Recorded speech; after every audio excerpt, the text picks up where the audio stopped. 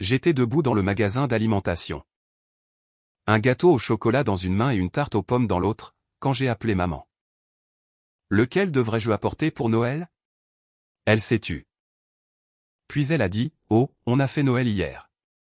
J'ai ri parce que je pensais qu'elle plaisantait. Papa a pris le téléphone et a dit, tout était plus facile sans toi. 1 heure plus tard. J'ai donné le gâteau intact à une petite fille qui vivait dans un abri familial. 3 heures après. Maman m'a appelé en criant à propos de la maison qu'elle croyait que je lui donnais. Reste avec moi. Parce que ce qui s'est passé après ce matin de Noël a changé pour toujours ce que je pensais de la famille. Et si tu aimes les histoires comme celle-ci, abonne-toi à la chaîne pour ne pas manquer la suite. Ce matin-là avait commencé sans aucun des signes avant-coureurs que les gens aiment inventer après coup.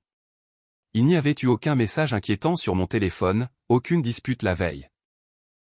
Aucun instinct me disant de me préparer. Je me suis réveillé avant 7 heures dans mon appartement à l'extérieur de Columbus avec la même petite liste qui me passait toujours par la tête les jours de fête. Emballer les 2 derniers cadeaux, aller chercher le dessert, me souvenir du café que maman aimait. Arriver chez mes parents assez tôt pour aider avant que tout le monde n'arrive. Dehors, le ciel était ce gris plat d'hiver dans lequel l'Ohio semblait se spécialiser. Et une croûte fragile de gel argentait les voitures stationnées sous ma fenêtre. J'ai préparé du café. Attaché mes cheveux et vérifié les cadeaux empilés à côté de ma table à manger. L'un d'eux n'était qu'une enveloppe symbolique. Le vrai cadeau ne pouvait tenir sous aucun sapin de Noël. 2 mois plus tôt, j'avais acheté un petit bungalow d'un étage pour mes parents. Il se trouvait dans une rue calme, à environ 20 minutes de chez eux, assez près de leur médecin. D'un magasin d'alimentation et d'un parc avec des sentiers de promenade plats que maman aimait. Ce n'était pas un manoir. À environ 285 000 $. Il représentait pour moi quelque chose de bien plus personnel que du luxe. J'avais passé plus d'une décennie à vivre en dessous de ce que je gagnais, à économiser les primes. À laisser intactes les participations aux bénéfices. Et à me dire qu'un jour l'argent deviendrait quelque chose de solide. Quand mon entreprise avait eu une année particulièrement bonne. Ce jour-là avait enfin semblé possible. J'avais acheté le bungalow content et prévoyais de le transférer à maman et papa après Noël. Le titre était encore entièrement à mon nom. Mon avocat avait préparé les prochaines étapes, mais rien n'avait été finalisé. Aucun acte n'avait été délivré. Et mes parents n'avaient encore aucun droit de propriété sur le bien. Rien de tout cela n'avait d'importance sur le plan émotionnel, cependant. Je les avais déjà fait visiter la maison 2 fois. Maman s'était tenue dans le salon avec un maître ruban. Parlant de rideaux et se demandant si la table à manger serait mieux près de la baie vitrée. Papa avait réclamé le coin de la 2e chambre pour un fauteuil de lecture avant de rire. Disant qu'il devenait enfin trop vieux pour prétendre qu'il n'en avait pas besoin. Les regarder faire des projets avait été la moitié du cadeau. J'avais pensé que l'autre moitié serait de voir leur visage quand nous le rendrions officiel. J'avais l'habitude d'être la personne qui faisait fonctionner les événements familiaux en douceur. Personne ne m'avait jamais formellement assigné ce rôle. Il s'était accumulé, une tâche invisible après l'autre. Jusqu'à devenir une partie de ce que tout le monde supposait que j'étais. J'étais celle qui se souvenait que tante Marissa détestait les noix de pécan et lui achetait un dessert séparé. Je notais l'heure à laquelle Léa finissait le travail, quel restaurant prenait des réservations. Si maman avait assez de plats de service. Et quel cousin était devenu végétarien depuis la fête précédente. J'arrivais tôt et partais tard. Si 2 personnes ne se parlaient plus, je les asseyais plus loin l'une de l'autre. Si papa oubliait le cadeau de quelqu'un, j'avais généralement quelque chose en plus dans mon coffre. Aucune de ces choses ne m'avait semblé un sacrifice pendant que je les faisais. Elle me semblait une preuve que j'appartenais. Le problème, c'était que ces dernières années. J'avais commencé à remarquer à quel point garder la paix signifiait que l'on attendait de moi que j'avale tout ce qui mettait les autres mal à l'aise. 2 semaines avant Noël. Nous dînions chez mes parents quand papa avait fait l'une de ses blagues aux dépens de Léa. C'était le genre de remarque que tout le monde avait appris à rire assez vite pour qu'il n'ait jamais à l'examiner. Léa regardait son assiette et faisait aller et venir un morceau de brocoli avec sa fourchette. Je n'avais pas fait de scène. J'avais simplement dit à papa que la blague n'était pas drôle et que Léa ne l'appréciait clairement pas. La pièce était restée immobile pendant peut-être 3 secondes. Papa avait levé les yeux au ciel et dit que j'étais devenue trop sérieuse sur tout. Plus tard, maman m'avait dit qu'il pensait que j'avais changé l'ambiance. Cette phrase était restée en moi pendant environ un jour. Puis avait disparu sous les échéances de travail, les listes de courses et les préparatifs de Noël. Je n'avais jamais imaginé qu'elle était devenue une preuve contre moi. Vers la fin de la matinée le jour de Noël. Je marchais dans le rayon boulangerie du magasin d'alimentation. Mon téléphone coincé contre mon épaule et 2 desserts dans les mains. Le gâteau au chocolat était le préféré de papa. La tarte aux pommes était celui de maman. Normalement, j'aurais acheté les 2. Mais il y avait déjà censé y avoir trop de sucreries au dîner. J'ai appelé maman, m'attendant à ce qu'elle choisisse.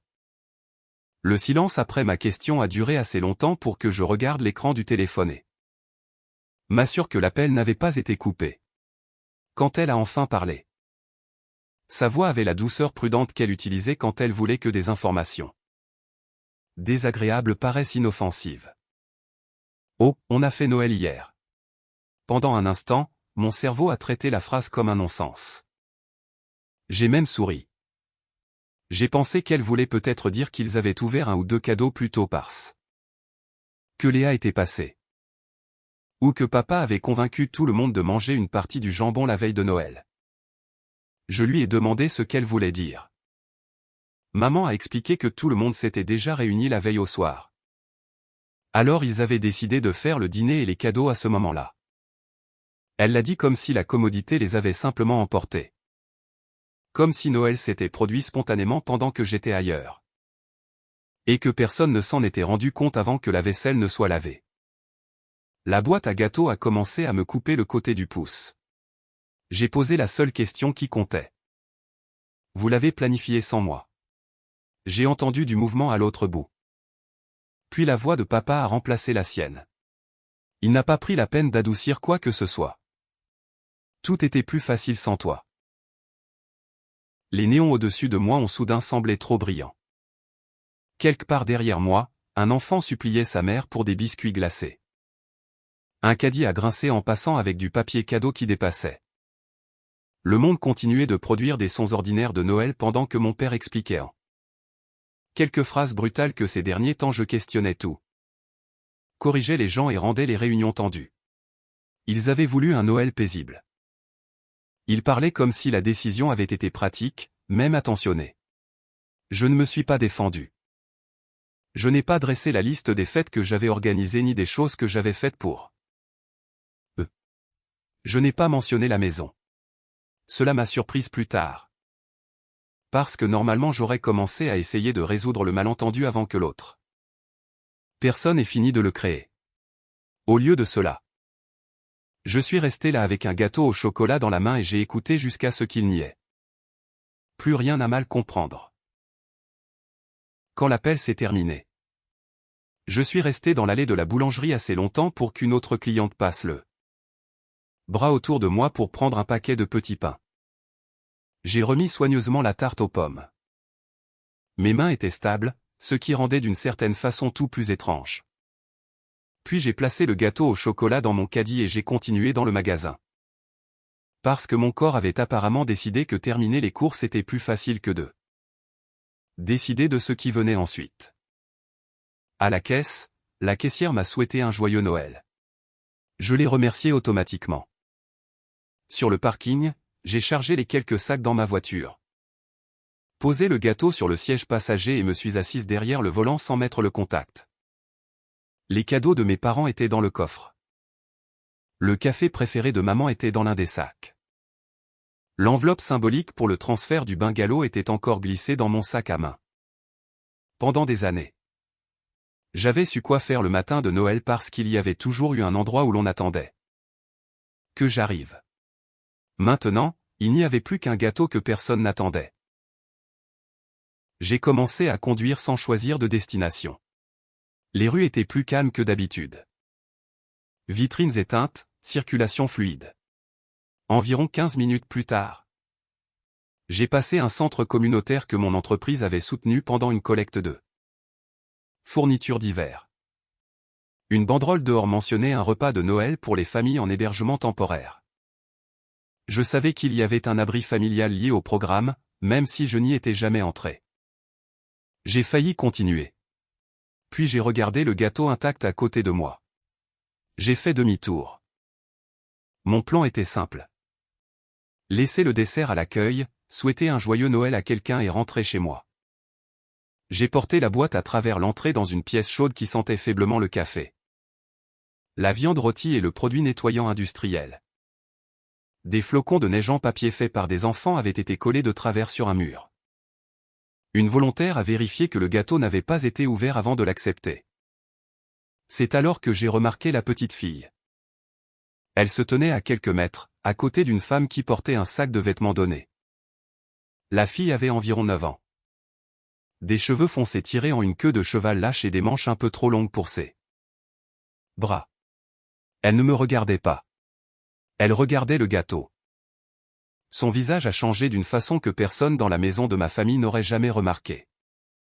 Pas de cupidité, pas même d'excitation d'abord. Juste de la surprise. Comme si un gâteau au chocolat ordinaire était arrivé de quelque part d'improbable. Pour la première fois de la journée. Quelqu'un regardait quelque chose que j'avais apporté comme si cela comptait. Je ne savais pas encore que son nom était Léa ni que la femme à côté d'elle était sa mère, Monica. Je ne savais pas pourquoi elles étaient là. Depuis combien de temps elles séjournaient en hébergement temporaire. Ni ce qui arriverait au bungalow pour lequel j'avais passé des années à économiser. Tout ce que je savais, c'était que j'avais porté de l'amour vers une table qui avait décidé qu'il était plus facile sans moi et que j'avais d'une façon ou d'une autre fini par me trouver devant un autre endroit où même un simple gâteau semblait signifier quelque chose. Léa a levé les yeux de la boîte et m'a regardé.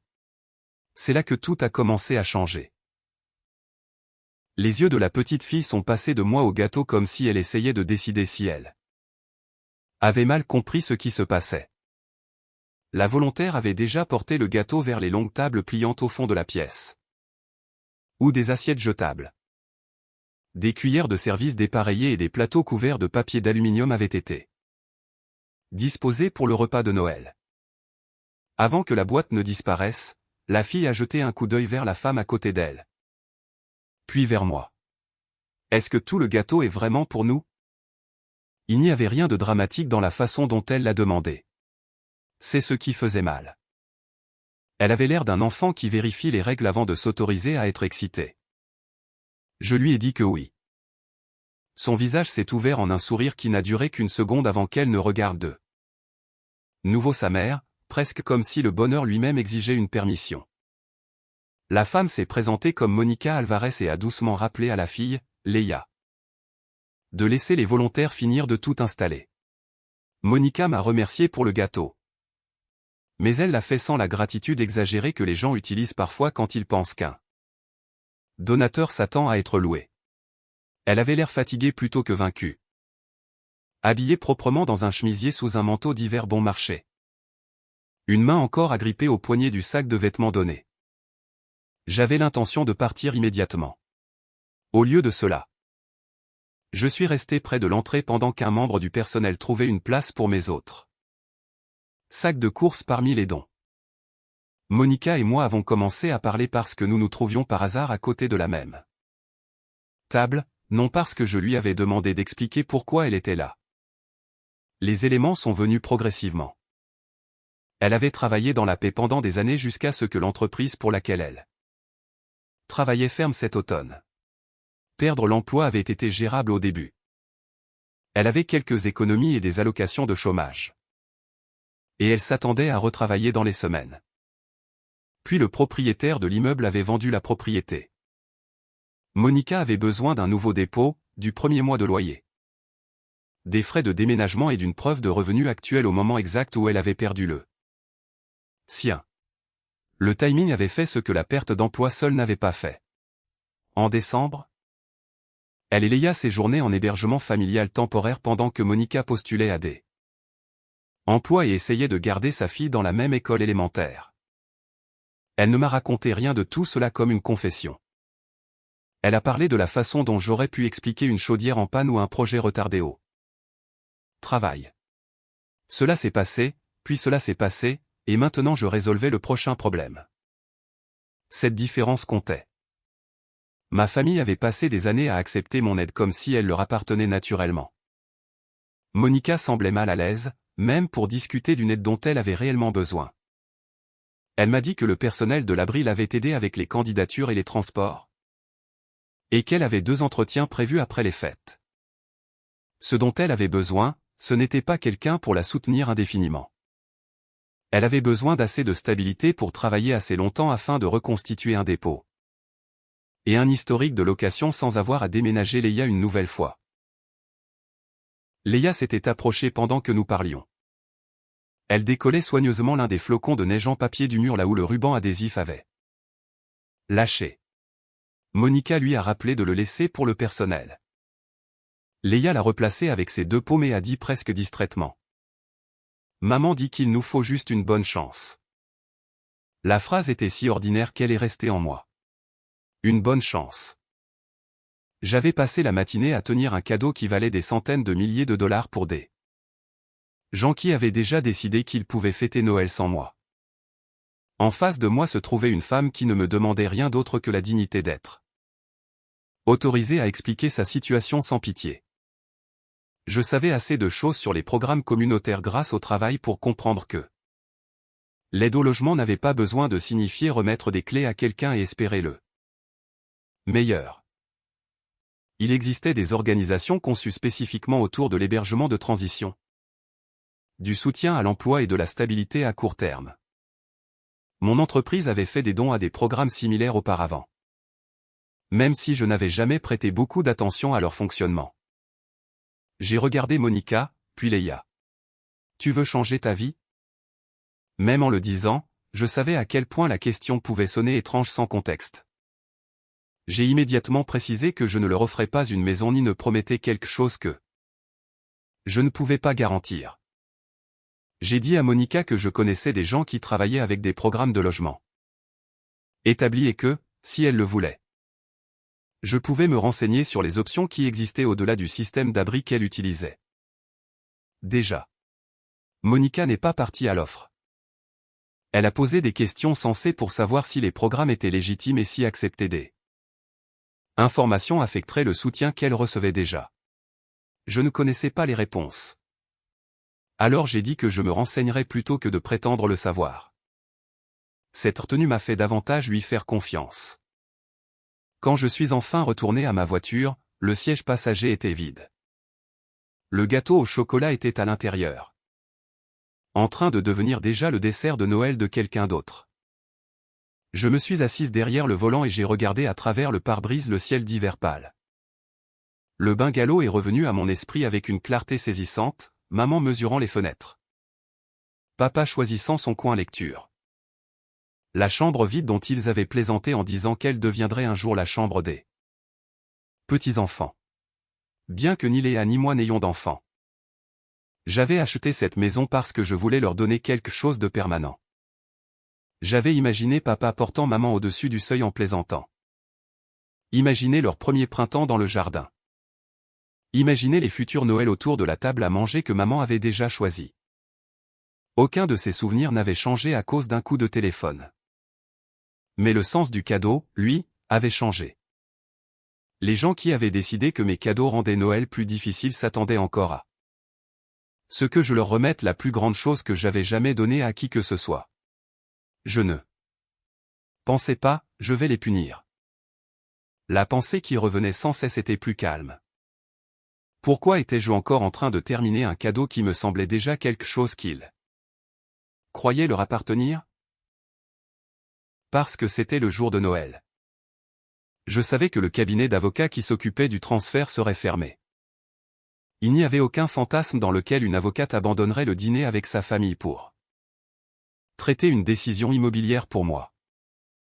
J'ai plutôt ouvert la chaîne de mail et j'ai envoyé un court message indiquant que je retirais mon consentement à procéder au transfert du cadeau et qu'aucune autre étape de clôture ou de livraison d'acte ne devait être entreprise quand le cabinet rouvrirait. Puis j'ai laissé la même instruction dans un message vocal pour qu'il n'y ait aucune confusion sur le moment où j'avais pris la décision. La confirmation légale pouvait attendre. Mes parents, non. J'ai appelé maman moi-même. J'ai gardé la conversation courte. Je lui ai dit que j'avais décidé de ne pas aller de l'avant avec le transfert du bungalow à LA. À papa et qu'il ne devait plus faire de projet autour de sa propriété.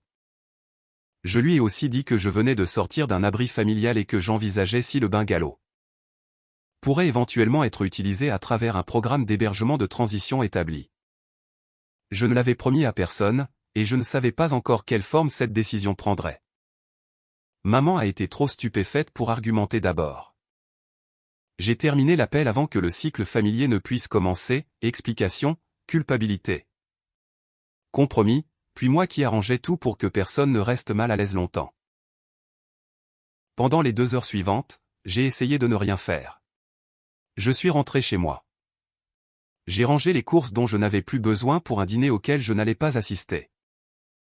Et j'ai placé les cadeaux emballés de mes parents dans le placard du couloir parce que les regarder me serrait l'estomac. J'ai préparé du café et j'ai oublié de le boire. Mon téléphone s'est allumé plusieurs fois, mais je n'ai pas répondu. Je pouvais imaginer les appels circuler dans la famille sans les entendre. Maman racontant à papa, papa appelant Léa, quelqu'un décidant que j'étais émotionnel. Quelqu'un disant que je me calmerais. Il me connaissait assez longtemps pour prédire la fin qu'il voulait. Presque exactement 3 heures après que Léa eut demandé si tout le gâteau était vraiment pour eux, le nom de maman a rempli mon écran à nouveau. Cette fois, j'ai répondu. Elle était déjà assez en colère pour que j'aie dû éloigner un peu le téléphone de mon oreille. Quelque part entre nos appels. Elle avait pris ma mention de l'hébergement de transition et l'avait transformée en certitude que j'avais l'intention de remettre le bungalow à des inconnus. Elle a exigé de savoir comment je pouvais retirer la maison après qu'elle et papa avaient déjà planifié leur retraite autour d'elle. Puis elle a dit la phrase qui a changé tout l'argument. Tu ne peux pas donner notre maison à des inconnus. J'ai regardé à travers mon appartement l'enveloppe de transfert symbolique encore posée là-haut. J'avais laissé mon sac. Notre maison. Le silence a été immédiat. Maman a essayé de se corriger. Elle a dit qu'elle voulait dire la maison que je leur avais promise. Celle autour de laquelle ils avaient déjà commencé à faire des projets. Mais la correction ne pouvait pas effacer la première version. Ce n'a jamais été ta maison, maman. Je n'ai pas élevé la voix. Cela a semblé la rendre encore plus en colère.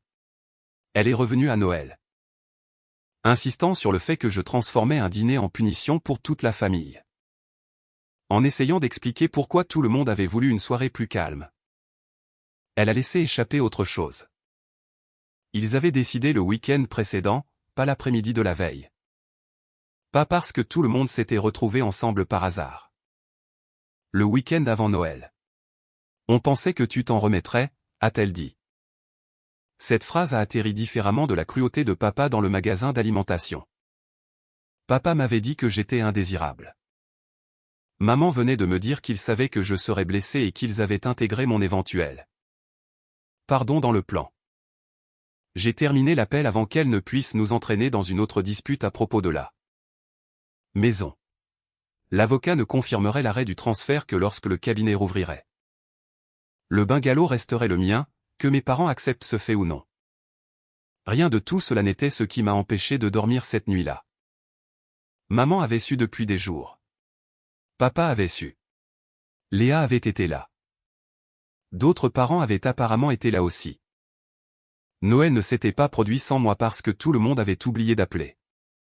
Quelqu'un avait fait un plan, et tout le monde d'autre y était entré. Ce que je ne savais pas encore, c'était combien d'entre eux savaient que j'étais mise de côté. Ou ce qu'on leur avait dit pour que ma chaise vide paraisse normale. Le lundi matin est arrivé avec le genre d'efficacité ordinaire sur laquelle j'avais autrefois compté. À 9h17. Mon avocat a envoyé un email pour confirmer que le transfert n'avait jamais été achevé et que mes instructions avaient arrêté toute étape supplémentaire. Le bungalow était toujours entièrement le mien.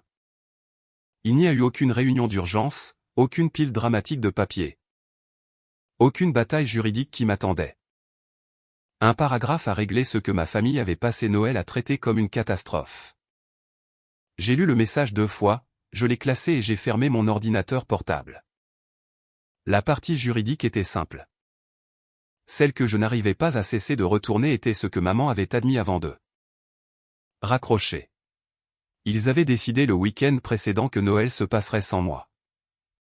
Mon téléphone avait été occupé depuis l'après-midi de Noël. Papa avait laissé un message m'accusant d'utiliser l'argent pour punir les gens.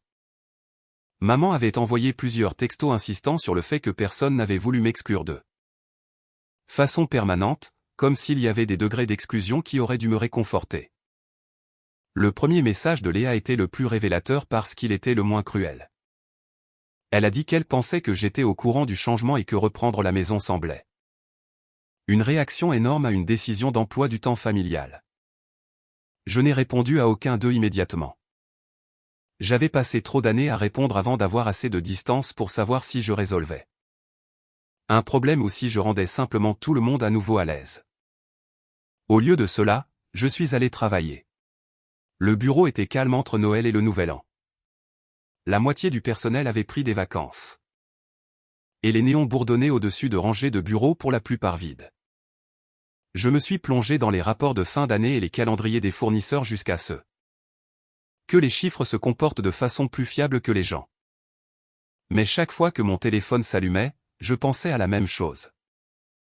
Si la famille croyait vraiment que j'avais d'autres projets, quelqu'un m'aurait mentionné ces projets. La réponse est venue de tante Marissa. J'avais acheté son cadeau de Noël des semaines plus tôt. Un petit ensemble de thé de spécialité qu'elle aimait. Et il était encore emballé au fond de mon placard du couloir avec tous les autres cadeaux. Elle a appelé le lundi après-midi. Sa voix portait la gêne de quelqu'un qui avait réalisé qu'elle avait participé à quelque chose sans comprendre ce que c'était. Marissa avait cru que j'étais occupé, pas vaguement occupé. Maman avait spécifiquement dit à la famille que j'avais d'autres projets pour Noël et que je ne me joindrais pas à eux. Marissa a dit qu'elle avait demandé mon avis quand la date avait changé parce qu'elle savait que j'aidais habituellement maman à tout organiser. Hélène avait balayé cela d'un geste, disant que je faisais mon propre truc cette année et que tout le monde devait profiter d'être disponible la veille de Noël. La réunion ne s'était pas formée par accident. La date circulait depuis le week-end précédent. Je me suis assise sur le bord de mon canapé, une main posée sur le service à thé non ouvert. Marissa ne saurait jamais que je lui avais déjà acheté quelque chose. La pièce autour de moi était douloureusement familière. Ma couverture pliée sur le fauteuil, une tasse qui séchait à côté de l'évier. Une pile de courriers de travail que je n'avais pas ouverte. Rien ne paraissait différent. Pourtant, l'histoire de mon Noël avait encore changé.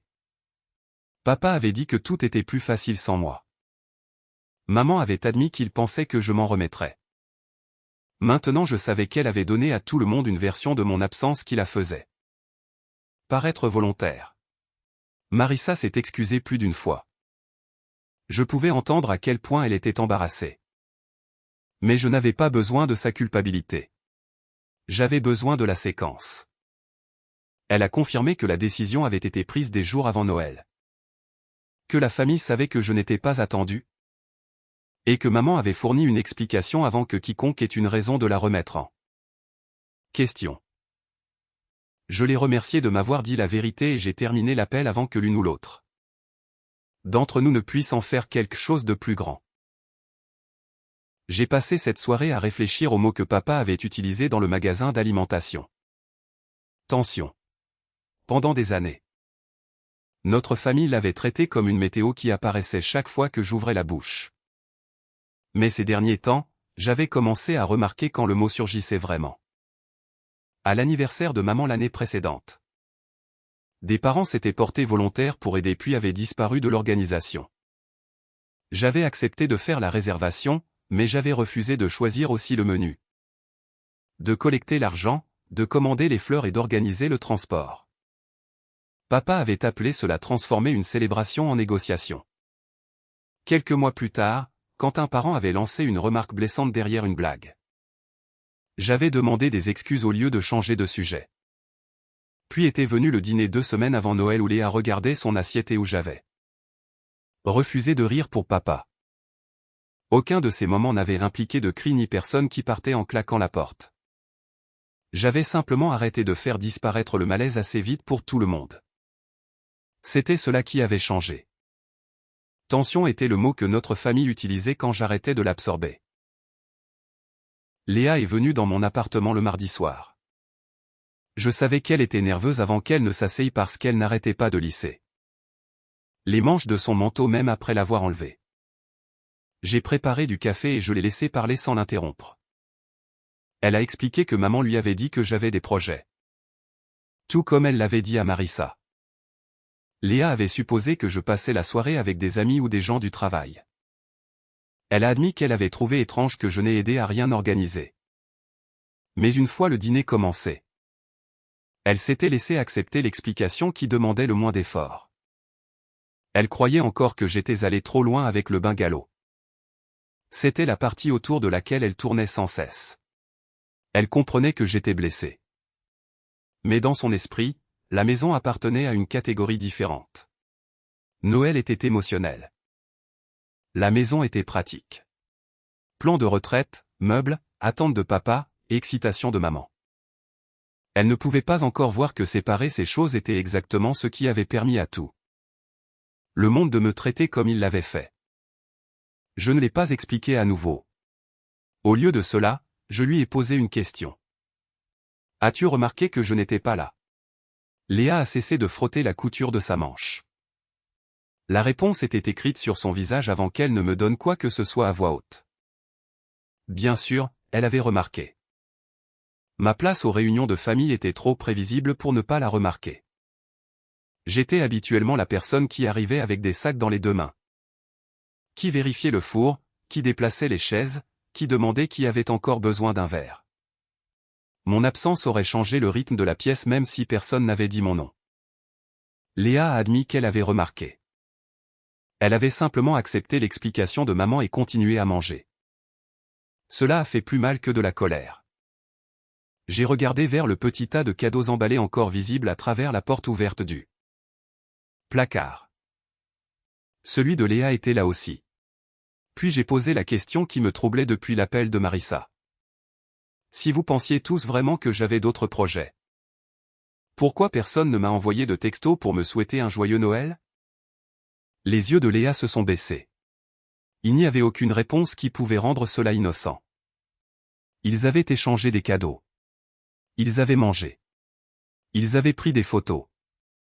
Ils avaient apparemment parlé de moi assez pour accepter que j'étais ailleurs. Pourtant, pas une seule personne n'avait envoyé de message ce soir-là pour demander si je passais un bon Noël. Pas même le genre de texto automatique de fête que les gens envoient à des collègues qu'ils connaissent à peine. Les épaules de Léa se sont un peu affaissées. Elle a dit qu'elle n'y avait pas pensé jusqu'à ce moment. Je l'ai cru. C'était presque la pire partie. L'absence de message n'avait pas été une cruauté délibérée. Ça avait été la preuve de quelque chose de plus calme.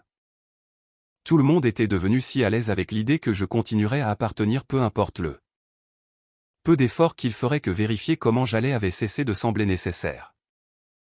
J'ai dit à Léa que je ne lui demandais pas de choisir un camp. Je ne lui demandais même pas de me défendre. Je voulais seulement la vérité, surtout si la vérité nous mettait tous mal à l'aise.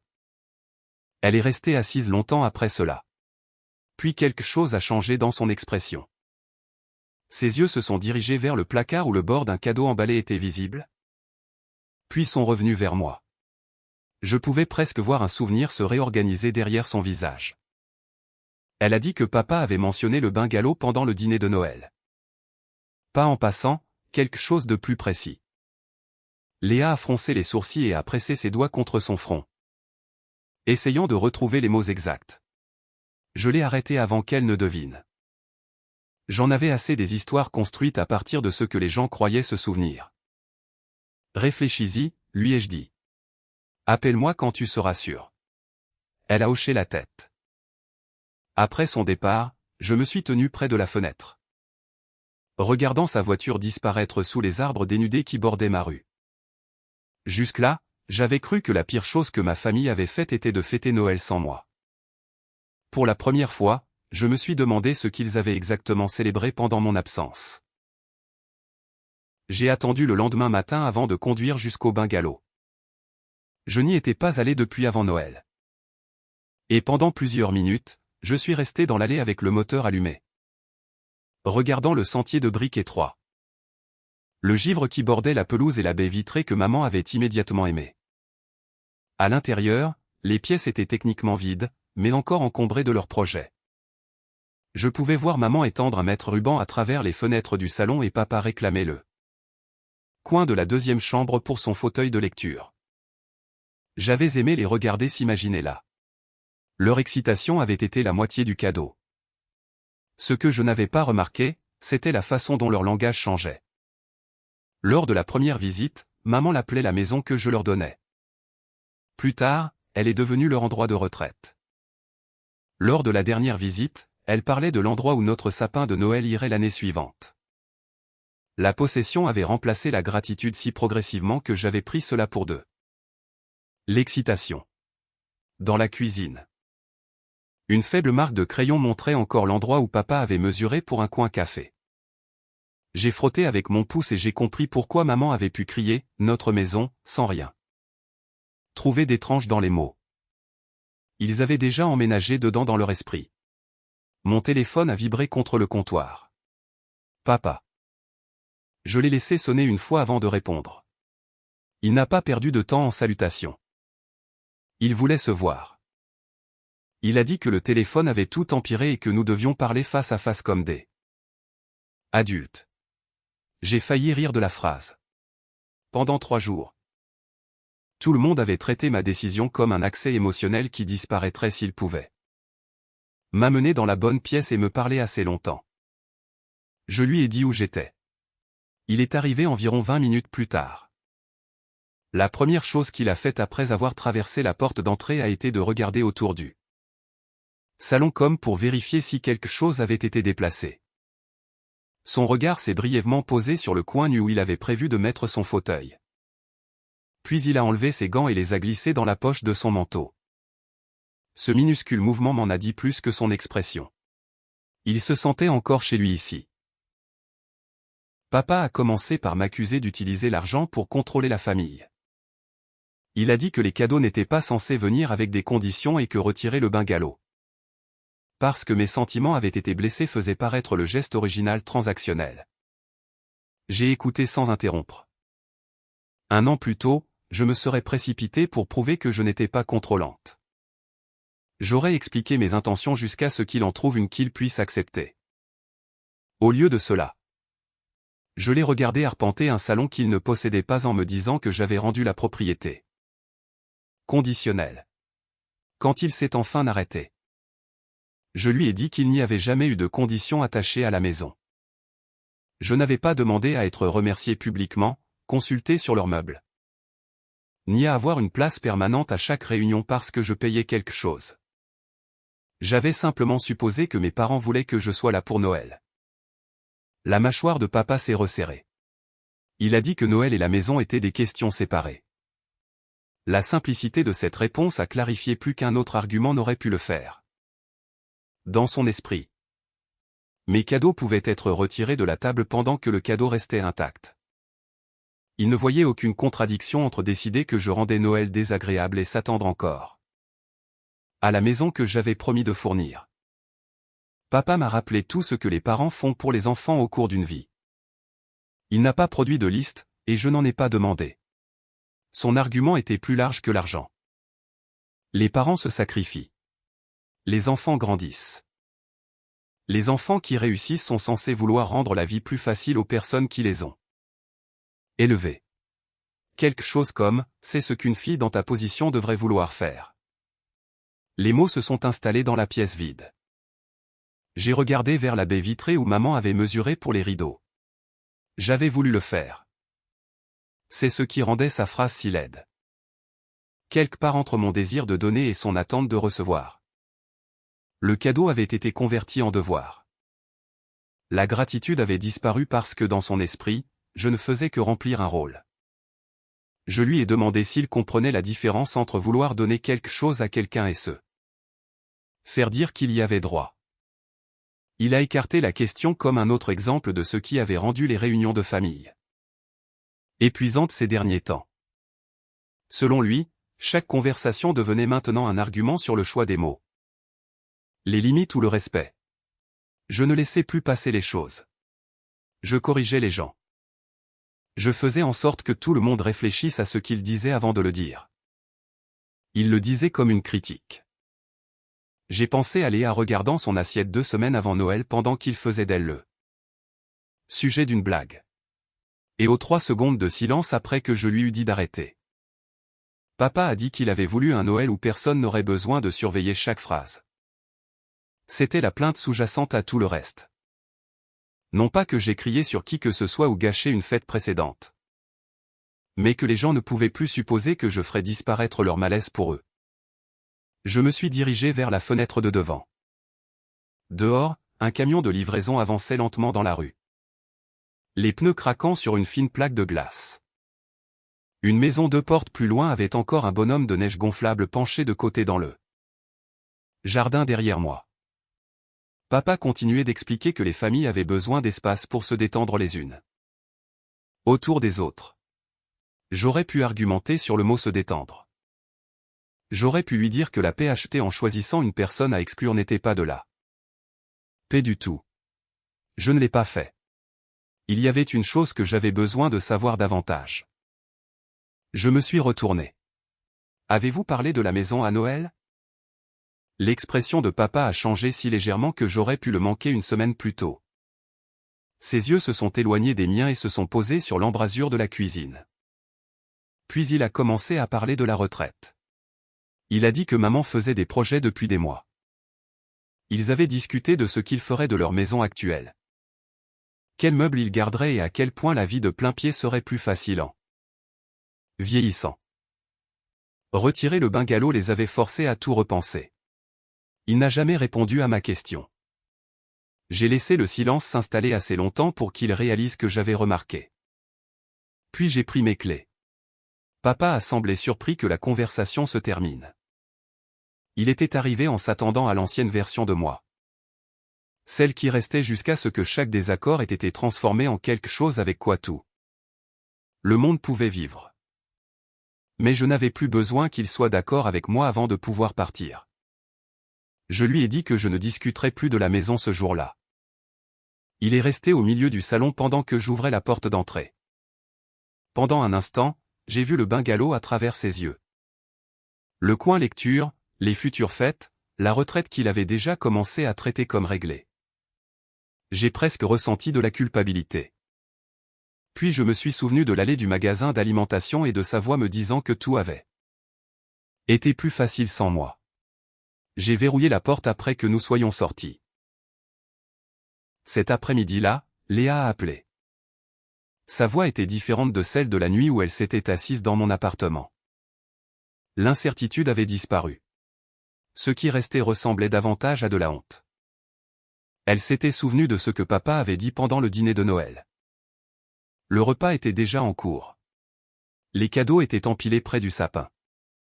À un moment, papa avait levé son verre et commencé à parler de l'année à venir. Léa ne se souvenait pas de chaque mot, et je ne lui ai pas demandé de les reconstruire. Elle était certaine de la partie qui comptait. L'année prochaine, on sera tous dans notre nouvelle maison. Les gens avaient levé leur verre. Quelqu'un avait encore félicité maman et papa.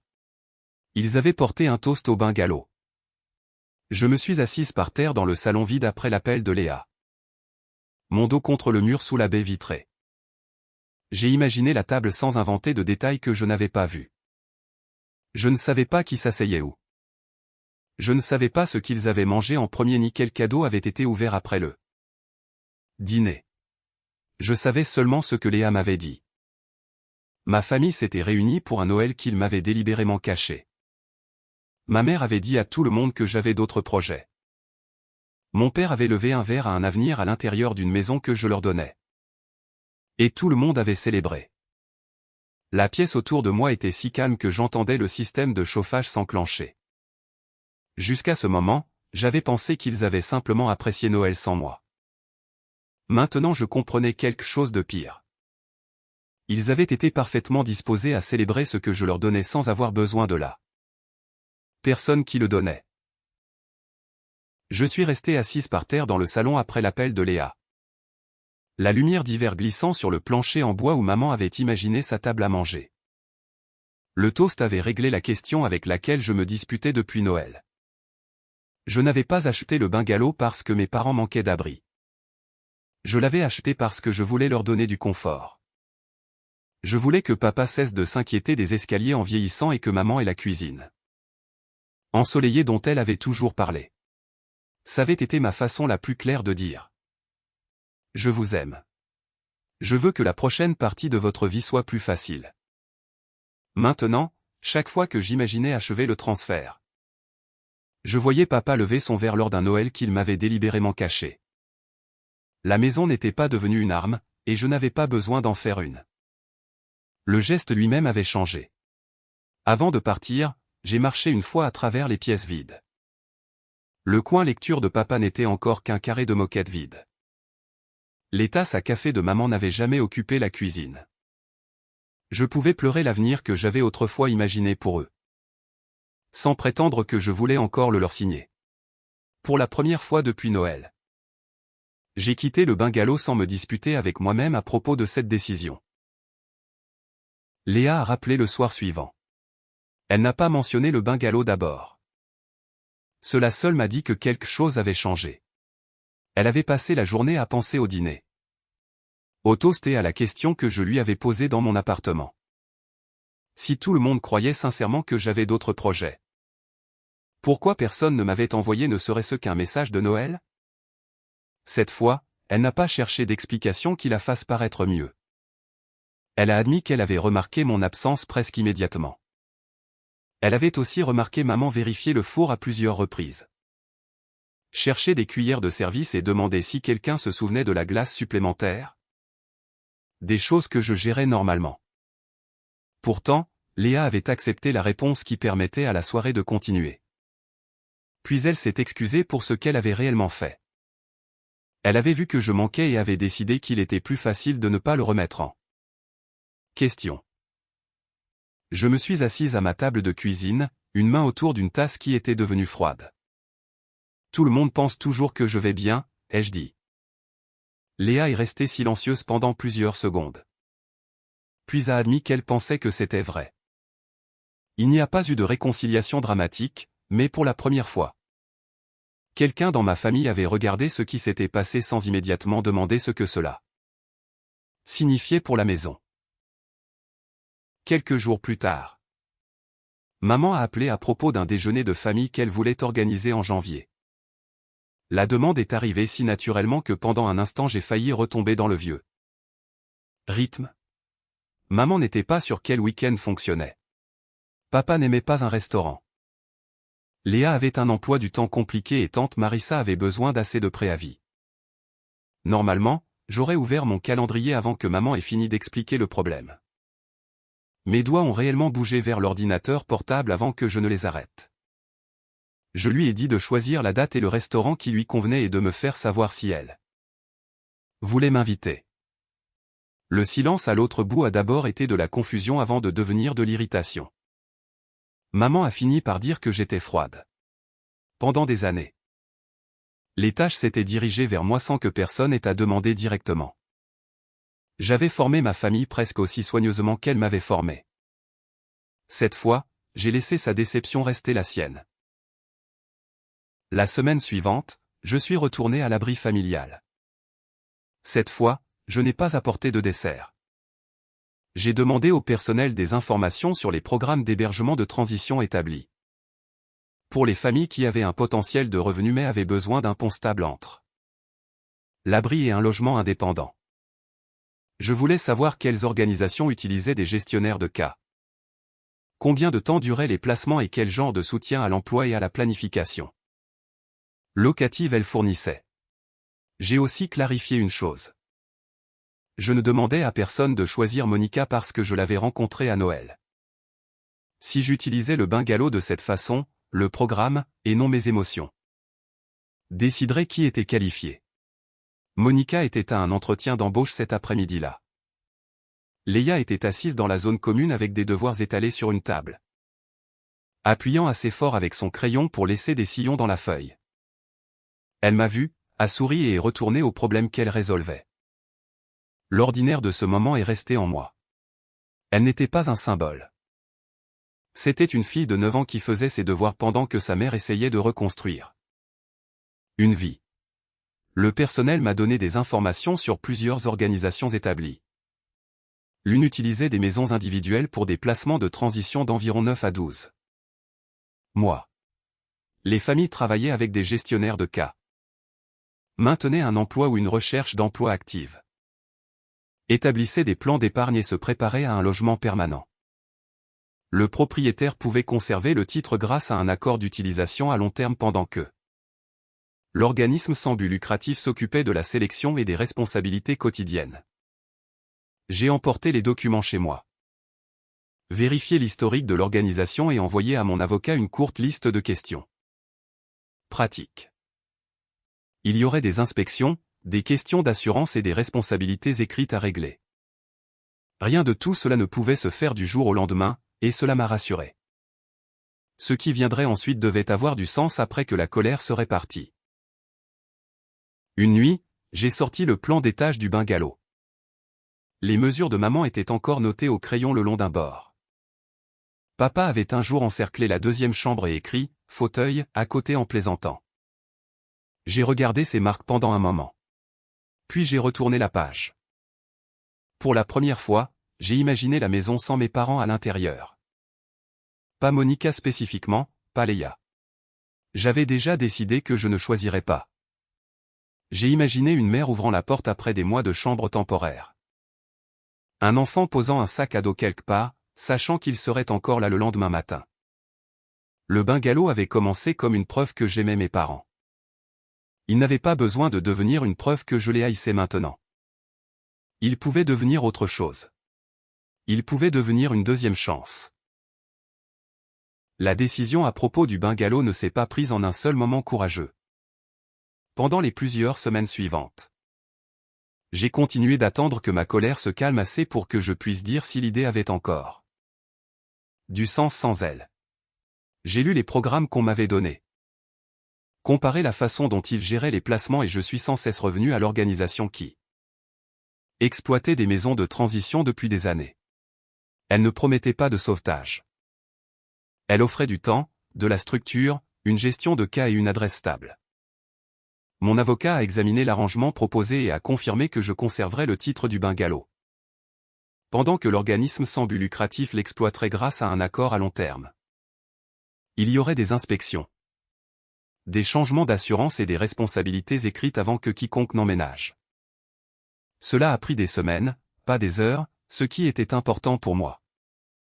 Noël avait forcé une décision immédiate. Mes parents ne recevraient pas la maison, mais tout ce qui suivait méritait plus de soins. Quand le programme a demandé s'il y avait une famille que je voulais voir considérée, j'ai dit non. J'ai aussi refusé l'accès au dossier des candidats. Monica et Léa étaient la raison pour laquelle j'avais regardé la maison différemment. Mais les avoir rencontrés une fois ne me qualifiait pas pour décider qui en avait le plus besoin. Cette fois, aider n'exigeait pas de contrôler le résultat. Je pouvais ouvrir une porte sans décider qui y entrerait. Ma famille ne comprenait pas encore cette distinction. Papa l'a prouvé un jeudi après-midi quand il a appelé à propos d'un problème de garantie avec un appareil chez mes parents. Le fabricant avait rejeté sa demande en ligne parce qu'il avait saisi la mauvaise date d'achat. Normalement, il m'aurait donné le numéro de modèle et j'aurais géré le reste avant le dîner. J'ai ouvert mon ordinateur portable par réflexe, puis je me suis arrêté. Je lui ai donné le numéro du service client et je lui ai dit quelles informations il demanderait. Papa m'a rappelé que j'avais toujours géré ces choses. Il n'y avait rien que je pouvais faire qu'il ne pouvait pas physiquement faire. J'aurais simplement agi plus vite. Quand je lui ai dit qu'il pouvait gérer celle-ci, il m'a accusé de le punir encore pour Noël. Pendant des années, il avait appelé mon aide de la générosité.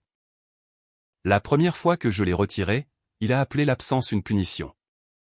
J'ai fermé l'ordinateur portable. Quelques jours plus tard, maman a organisé le déjeuner de famille qu'elle m'avait demandé d'organiser. Elle a choisi la date elle-même. Léa a coordonné son propre emploi du temps. Tante Marissa a confirmé directement avec maman. Personne ne m'a demandé de faire la réservation ni de rappeler les invités. J'ai été invité et j'y suis allé. Poser une limite n'exigeait pas de transformer chaque événement familial en test. Le déjeuner n'a pas été un désastre. Il a simplement été moins fluide. Maman avait donné à 2 personnes des heures de début différentes. Alors Marissa est arrivée en retard. Papa a supposé que maman avait appelé à l'avance pour la table pendant que maman a supposé que papa l'avait fait, et personne ne s'est souvenu de mentionner la préférence alimentaire de Léa. Maman a passé la première partie du repas l'air flatté. Une fois que ses yeux se sont posés sur moi avec la vieille attente que j'intervienne, j'ai continué à parler à Léa à la place. Finalement, tout le monde a mangé. Marissa a ri du mélange et papa a cessé de regarder sa montre. Ils se sont adaptés. Ils auraient toujours pu.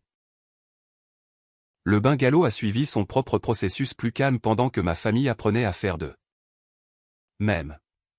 L'inspection n'a trouvé que des problèmes d'entretien mineurs. J'ai approuvé les travaux. L'organisme sans but lucratif a terminé son examen, et au début du printemps, mon avocat et le leur avaient réglé l'accord d'utilisation à long terme. J'ai signé les documents à ma table de cuisine et je les ai renvoyés. Il n'y a pas eu de passation dramatique.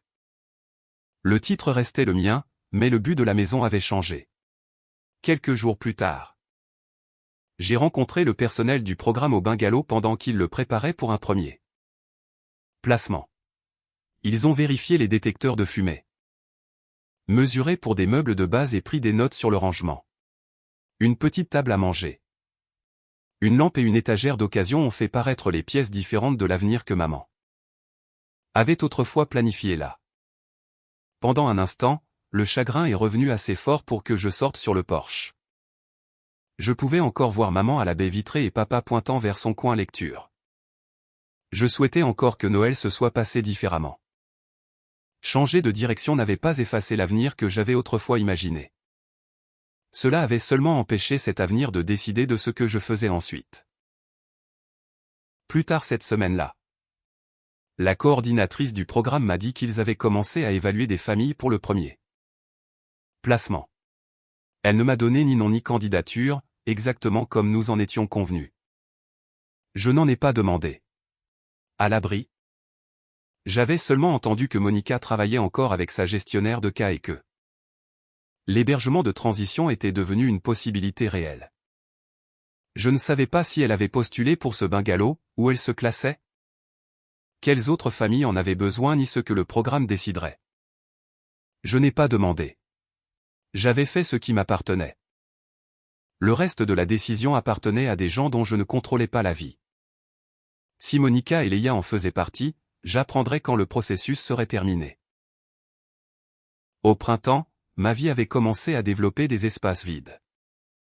Au début, il me semblait mauvais. Il y avait des samedis matins où personne n'avait besoin de moi pour comparer des réservations. Des soirées où je voyais des amis que j'avais trop souvent reportés. Et des week-ends où je ne savais pas ce que faisaient mes parents. Je me suis inscrite à un cours simplement parce que je voulais essayer quelque chose de nouveau. 1 ou 2 fois par mois, je faisais du bénévolat avec le programme de logement. Mais je choisissais des tâches ordinaires au lieu de devenir la personne dont tout le monde dépendait. La culpabilité n'a pas disparu. Certaines nuits, je tendais encore la main vers mon téléphone parce que maman me manquait ou que je pensais à papa en passant devant le magasin de bricolage qu'il aimait. Ce qui avait changé, c'était que j'avais arrêté de traiter chaque heure vide comme une preuve que j'avais échoué envers quelqu'un. Le temps libre a commencé à sembler moins une absence et davantage de la place. L'anniversaire de maman est arrivé au début du printemps. Pendant des années, l'anniversaire de maman avait existé dans mon calendrier comme un petit projet. Je choisissais le restaurant, rappelais Léa, commandais les fleurs. Vérifier que papa avait acheté une carte et trouvé le gâteau que maman préférait. Cette année, je lui ai acheté un cadeau attentionné et j'ai appelé le matin. Mais j'ai laissé la soirée aux personnes qui y assistaient. Papa a choisi le restaurant. Léa a organisé son propre emploi du temps. Personne n'a commandé le dessert assez tôt. Alors ils ont acheté un gâteau de magasin d'alimentation à la dernière minute. Ils ont quand même dîné et célébré. Plusieurs jours plus tard, maman a appelé et a dit que l'anniversaire avait semblé différent. La réservation avait été trop tardive pour l'heure qu'elle préférait. Les fleurs avaient été rappelées à la dernière minute. Et le gâteau était au chocolat au lieu de citron. Puis elle a dit, « Tu me retires de l'affection. » J'étais en train de sécher une tasse à café quand les mots ont arrêté mes mains. Je m'étais souvenu de son anniversaire, j'avais appelé. Je lui avais acheté un cadeau et je lui avais dit que je l'aimais. Ce qui manquait, c'était le travail invisible autour de ces gestes. Maman avait expérimenté ce travail si longtemps que son absence ressemblait à moins d'amour. Je lui ai dit que je n'avais pas oublié son anniversaire. Je n'ai pas proposé de faire en sorte que l'année suivante se déroule plus en douceur. Une semaine plus tard, papa a appelé. Papa n'a pas mentionné directement l'anniversaire de maman. Il a dit que la famille n'était plus la même depuis Noël et a dressé la liste des preuves sans sang. Rendre compte. Les plans prenaient plus de temps. Les gens oubliaient des détails. Maman devenait frustrée. Léa n'acceptait plus automatiquement n'importe quel emploi du temps suggéré. J'ai écouté jusqu'à ce qu'il ait fini. Puis je lui ai dit que si une seule personne devait porter tout un système pour qu'il fonctionne. Douceur, la responsabilité n'avait jamais vraiment été partagée. Papa a écarté cela comme moi qui transformais la famille en problème de gestion. Cette fois, je n'ai pas cherché une meilleure explication. Il avait le droit de me mal comprendre. Le bungalow a continué d'avancer sans exiger mon attention tous les jours. L'organisme sans but lucratif gérait le processus de placement. Je recevais des mises à jour sur la propriété elle-même, l'entretien, la préparation. Les détails administratifs, mais rien sur les dossiers des candidats. C'était exactement ce que j'avais demandé. Un après-midi, en déposant des fournitures données à l'abri. J'ai vu Monica pour la première fois depuis plusieurs semaines. Elle avait l'air différente, même s'il m'a fallu un moment pour comprendre pourquoi. La fatigue n'avait pas complètement disparu.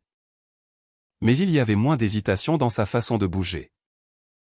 Elle avait trouvé un emploi stable avec des horaires qui s'adaptaient à l'école de Léa et avait commencé à reconstituer des économies. Il y avait encore des obstacles, et un appartement permanent était encore devant elle. Mais elle avançait.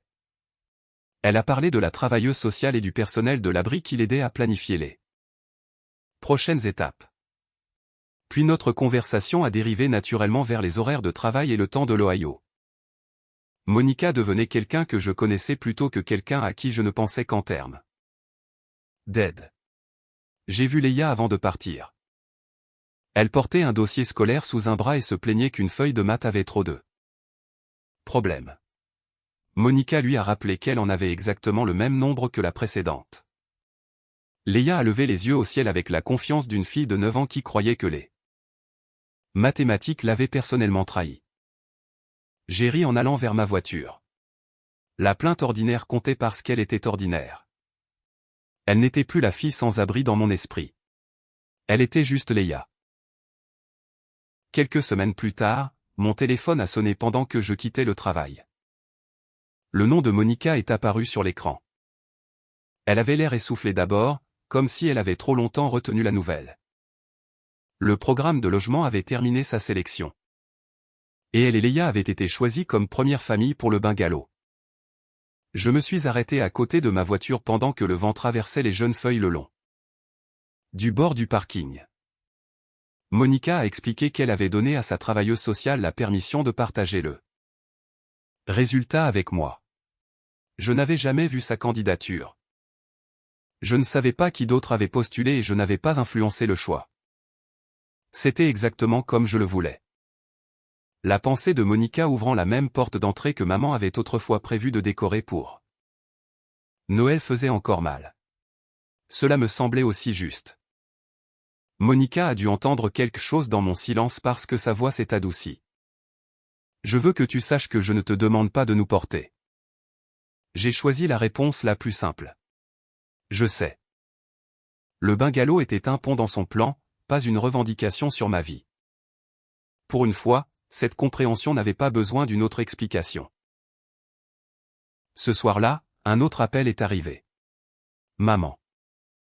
Sa voix était plus calme qu'elle ne l'avait été depuis des mois. Elle a dit qu'elle voulait me voir seule. Pas papa. Pas Léa, juste nous deux. Elle a dit qu'elle voulait réparer cela. Pour la première fois depuis Noël, je n'ai entendu aucune colère dans sa voix. Mais j'en avais assez appris d'ici là pour savoir que vouloir quelque chose de réparé et comprendre. Ce qui avait été brisé n'était pas nécessairement la même chose.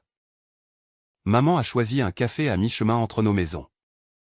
J'ai été soulagé qu'elle ne m'ait pas demandé de venir à la maison où j'avais passé tant d'années à glisser automatiquement dans de vieux rôles. À la table de cuisine de mes parents, je savais où étaient les serviettes. Quel placard contenait le thé et à quelle vitesse je commencerais à ranger les tasses juste parce qu'elles étaient là. Un endroit neutre nous donnait à toutes les deux moins d'histoire dans laquelle nous cacher. Elle était déjà assise quand je suis arrivé, son manteau plié sur la chaise à côté d'elle. Il y avait une tasse devant elle, intacte sauf pour un anneau pâle de mousse le long du bord. Maman paraissait plus petite que je ne m'en souvenais de Noël. Même si rien en elle n'avait physiquement changé. J'avais simplement arrêté de la voir chaque semaine. Pendant plusieurs secondes après que je me sois assise, aucune de nous n'a parlé. Des mois plus tôt, ce silence m'aurait assez effrayé pour le remplir. Cette fois, j'ai attendu. Maman a finalement dit que je lui manquais. Les mots ont frappé plus fort que je ne m'y attendais. Non pas parce qu'ils étaient dramatiques.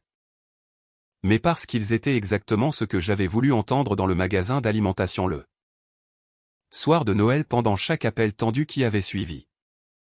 Elle n'a pas dit qu'elle regrettait la maison.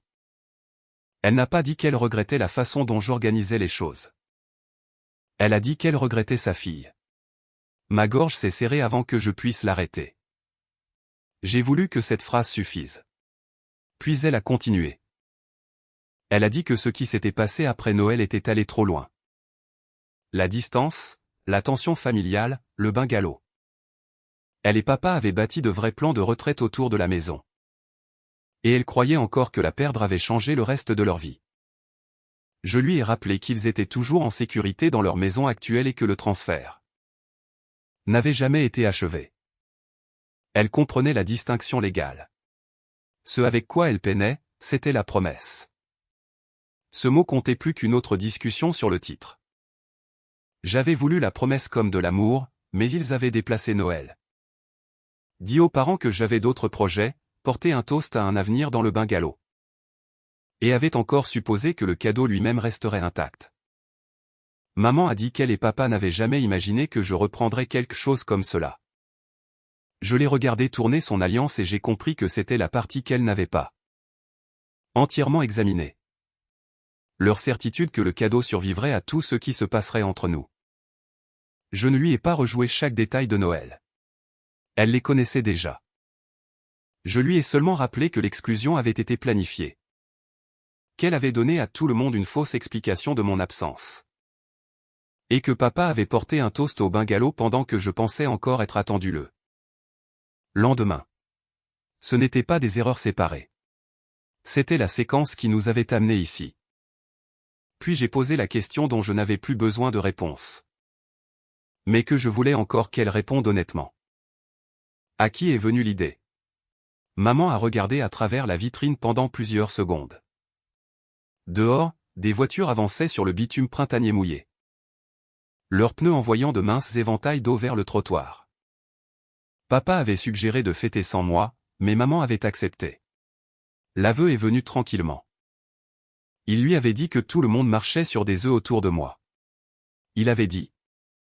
Le dîner 2 semaines plus tôt a prouvé que je transformerais chaque remarque négligente en discussion sur le respect ou les limites.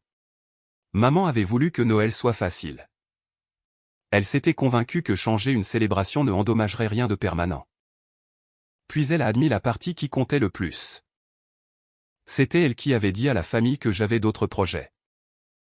Non pas parce que papa le lui avait ordonné, mais parce que c'était plus facile que de dire qu'ils avaient choisi de ne pas m'inviter. Le café a semblé plus bruyant après cela. Maman n'avait pas été impuissante. Elle avait fait un choix. Elle s'est excusée, mais le vieil instinct d'adoucir les conséquences a suivi de près. Elle a dit qu'elle avait sincèrement cru protéger une soirée paisible et qu'elle n'avait jamais imaginé qu'un Noël créerait des mois de distance. J'ai regardé la femme qui m'avait appris à faire de la pâte à tarte. C'était assise à côté de mon lit quand j'avais de la fièvre et se souvenait d'appeler avant les présentations importantes au travail. L'aimer ne rendait pas le choix inoffensif. La paix qui exige qu'une personne disparaisse n'est pas de la paix. Pour une fois, elle n'a pas argumenté sur le choix des mots. Je lui ai dit que je ne l'effaçais pas de ma vie. J'étais assise là parce que je voulais encore une relation avec elle. Mais je ne pouvais pas revenir à une version où chaque moment inconfortable se terminait par moi qui absorbait le coup. Je ne voulais pas qu'elle regrette les choses que je faisais. Je voulais qu'elle me remarque. Maman a de nouveau baissé les yeux vers la table. Au bout d'un moment, elle a demandé des nouvelles du bungalow. Sa voix avait changé. La colère avait disparu. Je lui ai dit que la maison fonctionnait maintenant à travers le programme d'hébergement de transition et que Monica et Leia avaient été sélectionnées par le même processus de sélection que les autres candidats. Maman a pressé ses lèvres. Pendant des mois. Une partie d'elle avait apparemment continué à croire que je me calmerais et inverserais la décision. Maintenant elle comprenait que la maison avait un autre but. Elle n'a pas crié ni accusé Monica de prendre quoi que ce soit. Elle s'est simplement assise avec l'information. Puis a tendu la main vers son café et a découvert qu'il était devenu froid. Je pouvais voir le chagrin dans le petit mouvement. Pour la première fois, j'ai ressenti de la sympathie sans immédiatement la traduire en obligation. Je pouvais être désolé qu'elle souffre sans annuler la décision qui la faisait souffrir. Quand nous nous sommes levés pour partir, maman m'a embrassé. C'était hésitant d'abord. Comme si elle ne savait plus si elle était autorisée à supposer que je lui rendrais l'étreinte. Je l'ai fait. Son manteau sentait faiblement le même parfum floral qu'elle portait depuis des années. Pendant une seconde, j'avais de nouveau 10 ans. Puis le moment est passé et nous nous sommes écartés. Rien n'était réparé, mais quelque chose avait été nommé. Maman avait enfin admis qu'elle n'avait pas seulement échoué à arrêter papa. Elle avait aidé à créer le Noël dont j'avais été exclu. Puis avait menti pour rendre mon absence plus facile à accepter pour tout le monde. Si elle pouvait vivre différemment après avoir admis cela était une question à laquelle aucune d'eux nous ne pouvait encore répondre. Papa était une autre question entièrement. Il croyait encore que le problème avait commencé avec la maison. Il croyait encore que mes limites étaient une punition. Et contrairement à maman, il n'avait jamais une seule fois demandé ce qu'il avait réellement perdu quand j'avais arrêté de revenir de la façon dont je l'avais toujours fait. Au moment où j'ai revu papa dans une pièce pleine de famille. Assez de mois avaient passé pour que Noël ne semble plus une plaie ouverte chaque matin. L'occasion était un dîner d'anniversaire ordinaire pour des parents. Le genre d'événement que j'aurais autrefois aidé à organiser sans réfléchir. Cette fois, quelqu'un d'autre s'était occupé de la réservation et des détails. Je suis arrivé à l'heure prévue et n'ai apporté qu'une carte.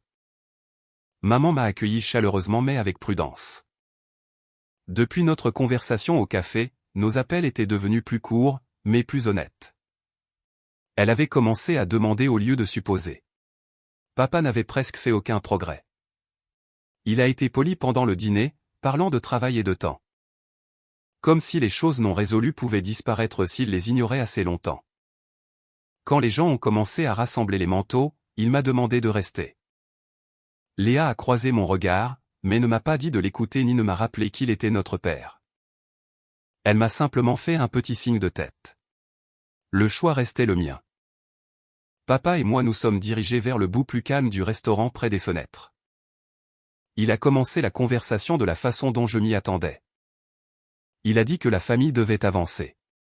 Dans sa version des mois précédents. Noël était devenu un argument qui avait duré bien au-delà de l'offense originale. Maman s'était excusée. Léa s'était excusée. Tout le monde s'était adapté.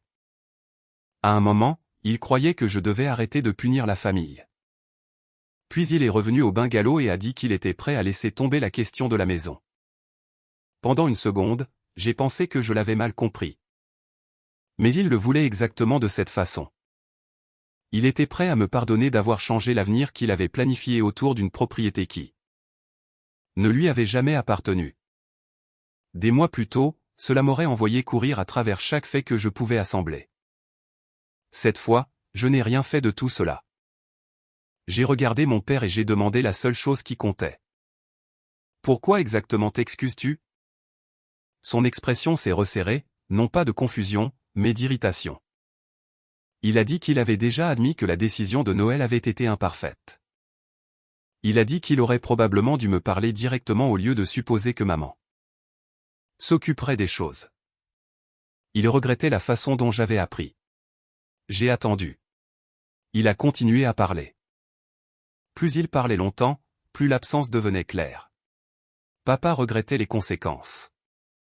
Il regrettait la distance. Il regrettait d'avoir perdu le bungalow. Il regrettait que maman soit devenue malheureuse et que Léa ait cessé de le soutenir. Automatiquement chaque fois que la tension apparaissait. Ce qu'il n'avait toujours pas nommé, c'était le choix lui-même. Alors j'ai redemandé, plus doucement cette fois, ce qu'il croyait m'avoir fait. Papa a regardé par la fenêtre. Ses épaules se sont un peu affaissées, non pas en reddition, mais d'épuisement. Pour la première fois. Il a cessé d'essayer de tourner la conversation vers ce que j'avais fait ensuite. Il m'a dit la vérité. Il n'avait pas voulu que je sois à Noël parce qu'il en avait assez de se sentir contesté. Le dîner 2 semaines plus tôt était resté en lui. Ainsi que plusieurs autres moments où j'avais refusé de laisser une remarque blessante disparaître. Sous le rire. Il a dit que j'avais changé. Les réunions de famille se sentaient autrefois faciles. Ces derniers temps, il avait l'impression que chaque phrase pouvait devenir un problème. Chaque blague être examinée, chaque décision se transformait en discussion sur les limites. Il avait voulu une soirée où personne n'aurait à réfléchir si fort à ce qu'il disait. J'ai écouté. Il n'y avait aucun secret en dessous, aucun complot caché. Aucune trahison plus large qui attendait d'être découverte. La raison était exactement aussi ordinaire et égoïste qu'elle avait toujours paru. Ma présence était devenue gênante parce que je ne rendais plus le comportement de tout le monde sans conséquence. Papa a admis qu'il savait que je serais blessé si je le découvrais. Il avait simplement cru que la blessure passerait. Cette partie comptait plus que tout ce qu'il avait dit. Je lui ai demandé pourquoi il avait été si certain. Il m'a regardé alors. Pour une fois, il n'y avait aucune colère sur son visage. Seulement une certitude formée par des années de preuves. Parce que tu reviens toujours. La phrase a atterri doucement. C'est ce qui la rendait dévastatrice. Il n'avait pas cru que j'irais bien. Il avait cru que la blessure n'aurait jamais de coup durable parce que je reviendrais de toute façon. J'ai pensé aux anniversaires que j'avais organisés alors que j'étais encore en colère. Au fait que j'avais sauvé après des disputes que je n'avais pas commanditées. Aux appels auxquels j'avais répondu parce que quelqu'un avait besoin d'aide. Aux excuses que j'avais acceptées avant que quiconque comprenne pourquoi il s'excusait. J'avais appelé cela du pardon. Papa avait appris à le lire comme une permission. Les mois derrière nous avaient interrompu cette leçon. Le problème de garantie, l'anniversaire de maman, le déjeuner de famille, le bungalow. Aucun d'eux n'avait détruit la famille. Ils avaient simplement forcé tout le monde à vivre sans supposer que je rétablirais l'ancien arrangement le moment où il se sentirait mal à l'aise. Papa a regardé mon visage comme s'il attendait que la vieille fin arrive. Je lui ai dit que je ne lui demandais pas d'être d'accord avec chaque limite que j'avais posée. Je ne lui demandais pas de devenir quelqu'un d'entièrement différent. Mais je ne reviendrai pas à un rôle familial où ma présence était optionnelle chaque fois qu'elle devenait gênante et mon travail obligatoire chaque fois qu'il était utile. Il a dit que la famille était censée pardonner. Je lui ai dit que j'y croyais. Je lui ai aussi dit que le pardon ne rétablissait pas un accès automatique. C'était aussi près que Jean soit venu d'expliquer la leçon. Le reste était déjà visible. Papa a demandé si je me considérais encore comme faisant partie de la famille. La question m'aurait autrefois effrayé. Elle portait la vieille implication que l'appartenance pouvait être accordée ou retirée par celui qui contrôlait la pièce. Maintenant elle sonnait différemment. J'ai dit que j'étais sa fille. Cela n'avait jamais changé. Ce qui pouvait changer, c'était le genre de relation que nous choisissions de construire à partir de ce fait. Si famille signifiait de l'amour se déplaçant dans les deux directions, j'étais encore là. Si cela signifiait que tout le monde conservait un accès permanent à mon temps, mon travail, mon argent et mon pardon, peu importe comment ils me traitaient. Alors j'en avais fini avec cette version. Papa n'a pas répondu. Pendant plusieurs secondes, aucun de nous n'a bougé. Le personnel du restaurant avait commencé à débarrasser les tables voisines. Quelqu'un empilait des verres derrière le bar. La pièce redevenait lentement ordinaire autour de nous. J'ai pris mon manteau. Papa paraissait plus vieux qu'à Noël. Pas vaincu, pas détruit. Simplement comme un homme face à une conséquence qu'il avait supposé qu'elle disparaîtrait. Finalement, je ne l'ai pas embrassé. Je n'ai pas non plus refusé. Le moment s'est simplement terminé avant que l'un ou l'autre d'entre nous ne le force en quelque chose de plus confortable. Léa attendait près de l'entrée. Elle n'a pas demandé ce que papa avait dit. Elle ne m'a pas dit de revenir. Elle ne m'a pas rappelé qu'il m'aimait. Elle a seulement tenu la porte ouverte. L'air froid a touché mon visage en sortant. Pendant la majeure partie de ma vie, j'avais cru que revenir était la preuve que j'aimais ma famille. Peut-être que parfois ça l'avait été. Mais l'amour n'exigeait pas de moi que je revienne au même endroit de la même façon à chaque fois. Cette nuit-là, j'ai conduit jusqu'à chez moi sans me retourner. Pour la première fois, je n'ai pas eu l'impression de laisser ma famille derrière moi. J'ai eu l'impression d'avoir enfin arrêté de me laisser derrière pour rester avec eux. Au moment où Noël est revenu, le bungalow ne semblait plus un endroit pris entre deux versions de ma vie. Monica avait gardé l'emploi qu'elle avait trouvé au printemps.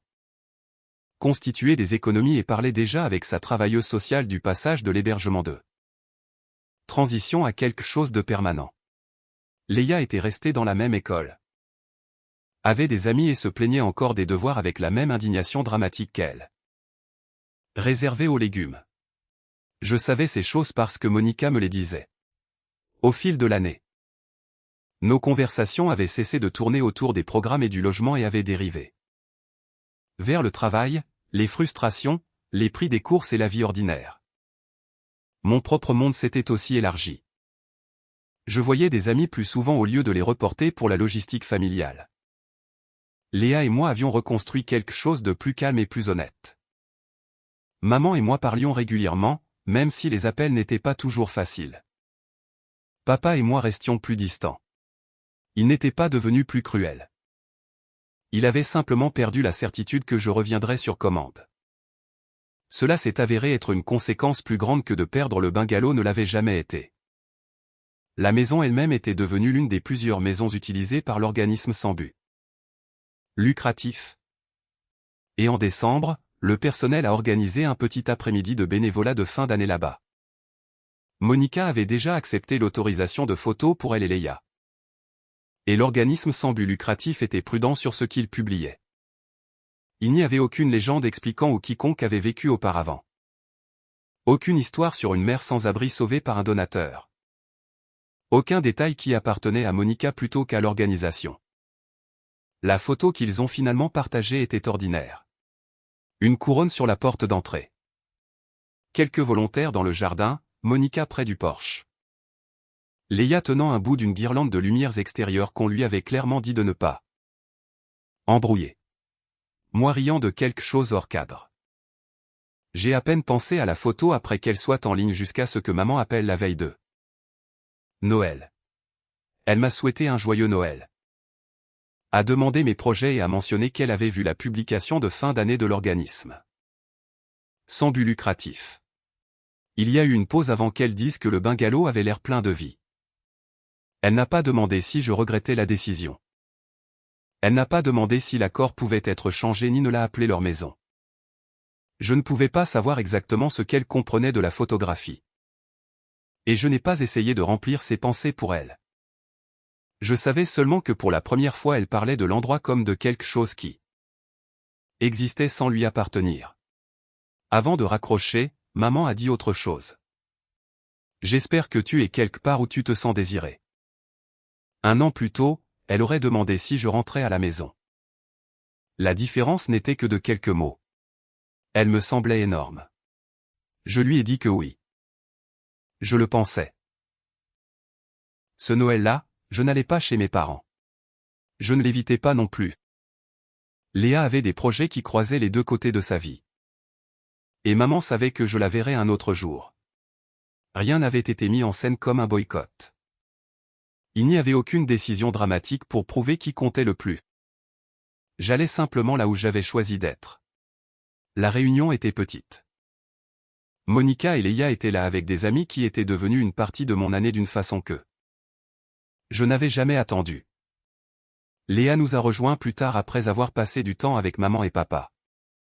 Personne ne m'a demandé de coordonner chaque détail. Quelqu'un d'autre s'était occupé du dîner. Quelqu'un d'autre s'était souvenu de la glace. On m'avait assigné le dessert parce que tout le monde savait que j'aimais la boulangerie près de mon appartement. Cela m'a encore fait sourire. Quand je suis arrivé, j'ai porté le gâteau au chocolat à 2 mains. Pendant une seconde, en marchant vers la porte. Le souvenir du Noël précédent est revenu si clairement que j'ai presque pu sentir à nouveau la boîte du magasin d'alimentation me couper le pouce. Les néons. Le silence de maman. La voix de papa. Tout était plus facile sans toi. 1 an plus tôt, j'étais debout entre un gâteau au chocolat et une tarte aux pommes. Essayant de décider ce qui plairait à des gens qui avaient déjà décidé que je ne venais pas. Maintenant. Je n'avais pas à appeler qui que ce soit pour demander si je devais apporter quelque chose. On m'attendait. Quand la porte s'est ouverte, de l'air chaud a roulé vers moi. Portant l'odeur du dîner et de la cannelle. Des manteaux étaient déjà empilés près de l'entrée. Quelqu'un avait laissé de la musique jouer trop bas en arrière-plan. Léa est apparue presque immédiatement et a regardé la boîte de boulangerie. Ses yeux se sont écarquillés. Elle se souvenait. Elle n'a pas demandé si tout le gâteau était vraiment pour eux cette fois. Elle a juste souri et annoncé qu'elle voulait le morceau du coin s'il y en avait un. Monica lui a dit qu'elle aurait le morceau qui atterrirait dans son assiette. Cette dispute a duré exactement assez longtemps pour me faire rire. J'ai porté le gâteau dans la salle à manger. Puis j'ai vu ma chaise. Elle n'était pas symbolique. Personne ne l'avait décorée ni transformée en quelques leçons sur l'appartenance. Elle était simplement là entre 2 autres places. Avec une serviette pliée à côté de l'assiette et un verre déjà posé devant. Quelqu'un m'avait compté avant mon arrivée. C'était tout. Je suis resté là un moment de plus que nécessaire. 1 an plus tôt. J'avais essayé de porter assez vers une table qui avait déjà décidé qu'il était plus facile sans moi. Maintenant, la chose la plus simple de la pièce en disait plus qu'une autre explication. Quelqu'un m'avait attendu avant que j'arrive. Une place avait été faite pour moi sans réservation que j'ai réservée. Sans problème que j'ai résolu, ni cadeau assez grand pour justifier la chaise. Je n'avais pas gagné le siège. Je faisais simplement partie des gens rassemblés autour. Léa est arrivée plus tard portant une bouteille de cidre pétillant et m'a embrassé sans demander. Ce que j'avais cuisiné ni si quelque chose avait encore besoin d'être organisé. Monica a finalement coupé le gâteau. Léa a eu son morceau du coin de toute façon parce que quelqu'un avait apparemment décidé que Noël n'était pas le jour pour se battre avec une fille de 9 ans pour le glaçage. Je me suis assise. Personne ne m'a remercié d'avoir sauvé la soirée parce que rien n'avait besoin d'être sauvé. Personne ne m'a demandé quel problème je pouvais résoudre ensuite. La pièce était imparfaite, bruyante et ordinaire. J'y appartenais sans la gérer. L'année dernière à Noël, j'avais porté un gâteau vers une table qui avait déjà décidé qu'il était plus facile sans moi. Cette année, ma place était mise avant même que je franchisse la porte. Je n'étais pas nécessaire là. J'étais désiré et je le savais enfin.